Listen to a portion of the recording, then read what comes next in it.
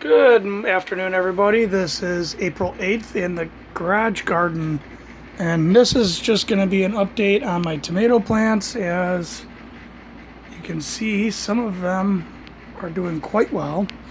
I had been top feeding them mild nutrient solution for a while now because I had an issue with my reservoir and my solution and my nutrients.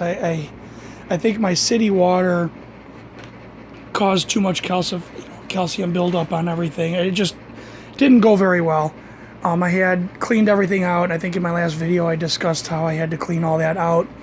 But I currently, finally, as of last night, got my reservoirs refilled with some RO water from a new RO system that I bought. And today I got some nutrients in there, and I've started the ebb and flow system back up. Now I set the timer so it would go off twice, once every 12 hours it should go off and fill up the reservoirs.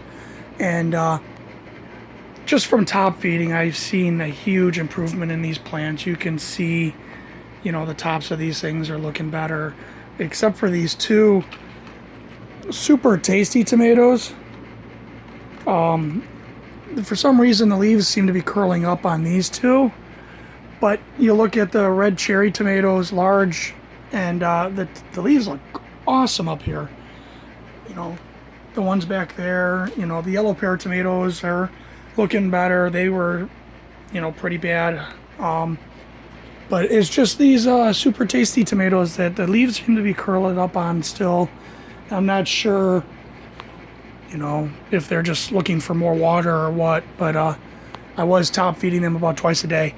Anyway, just real quick, you can see that there's definitely some improvement because all these suckers are kicking in, some pretty good size ones. I will be taking the suckers out. I want them to get a little bit larger, but I'm going to use them to propagate some new plants.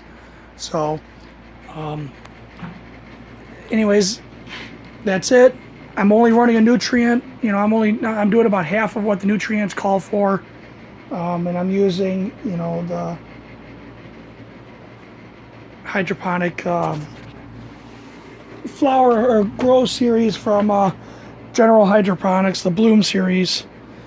And I'm only using about half of what they recommend because I didn't want to get carried away with the nutrients if for some reason I have to abandon the ebb and flow. If I have to abandon the ebb and flow, if I run into the same problem again with the buildup, I will turn it into a top feed drip system on a timer instead of ebb and flow. And by doing that, I can eliminate having so much of a reservoir. I can downsize to a much smaller reservoir, as I would only be top feeding with a drip line a couple times a day and not for very long. So that being said, tomatoes are back in order.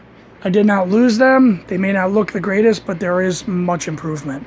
So there you go. Tomato update, April 8th.